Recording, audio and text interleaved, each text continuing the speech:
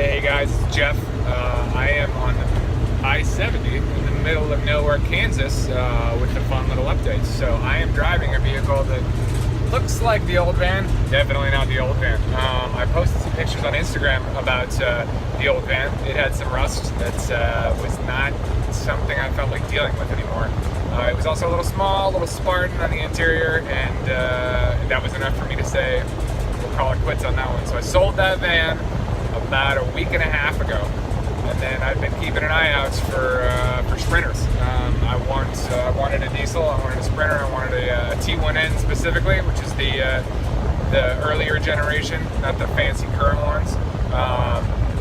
And just watching, all the sources. They don't even sponsor us, but I'm going to say if you're a car nerd like I am, Autotempest.com is pretty rad. It lets you search just everything. Like, my primary goals are going to be eBay and non-local Craigslist, but yeah, it gets everything, and you can search by model, by year, by everything. So that was really, really helpful.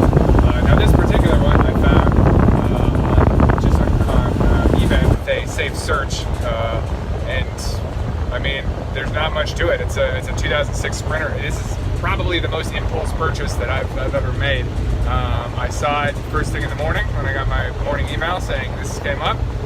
The buy it now price was a couple grand over the starting bid, but it was not a bad price, especially considering what it was, and I went for it. So right now, today is Sunday.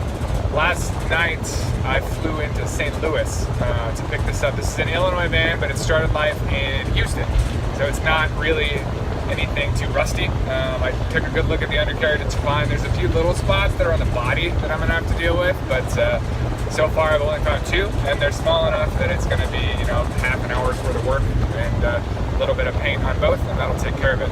Other than that though, the guy that I got it from, kind of see, he built it for servicing motorcycle suspension at the track. It's got full track decals on the sides and stuff too.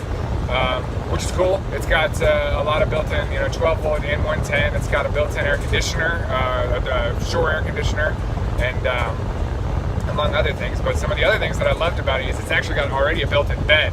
Unfortunately, it's a one-person bed. I slept on it last night at a rest stop outside of Topeka, which is an odd sentence to say. But I mean, it was surprisingly comfortable, aside from the fact that it's just balls hot out here and very humid. I didn't sleep particularly well, but yeah, it's got curtains built in. It's already got one window. It is a cargo model, but a pretty reasonably well built out one. So what I'm gonna have to do is add a seat, obviously, for the girls, and then we're gonna rethink the rear a little bit. But it's got some cool features, like it's got a planar diesel furnace in the back, and it's already sort of insulated. And like I said, it's got 110 and 12 volts back there, so like actually finishing this thing is, I have such a head start. Like, it's already got a passenger seat swivel. It's just all these little cool things that make it so much closer to what I want. And the price was honestly what I would have paid for a totally bare one. It's not low miles, it's 170,000 as of yesterday. Right now I am at almost 171. But it's, for this motor, this is a 2.7 liter inline 5 diesel.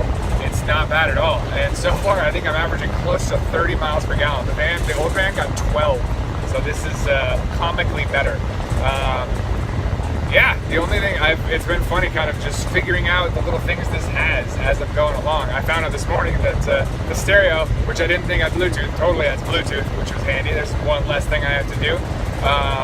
AC is weak at the moment. I stopped in Junction City, Kansas, to pick up a can of AC Pro just to chop it off, see if that'll actually solve it for a bit. That's what the seller said. He said he did it 2 years ago and it worked for a while and it stopped. So I figured it might have just leaked out. There's a good chance I'm gonna have to take it in and actually let somebody work on it and find the leak and solve it. But for now, it's blowing cool air, which is, it's 85 degrees out right now and just super humid. So any help is a little bit of help, which I appreciate.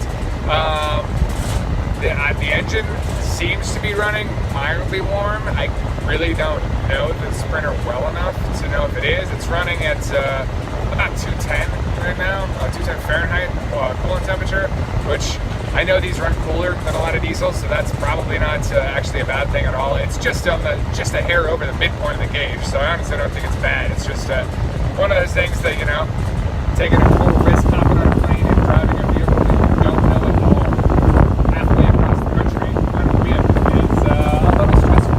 So the fun thing is, what this means is I'm actually headed, I'll be in Colorado in the next hour or so, and I'm going to stop by and see Brady. We're doing the new podcast, Top Gear Review. We're doing those live tonight, so those are going to be fun.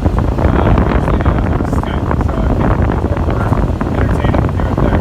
And then I'll be home tomorrow, and yeah, I'll see if I can't post up some more pictures. There's definitely a nice project list associated with this, but like I said, far enough along already that I would love to think that I can get it done, you know, maybe middle of August.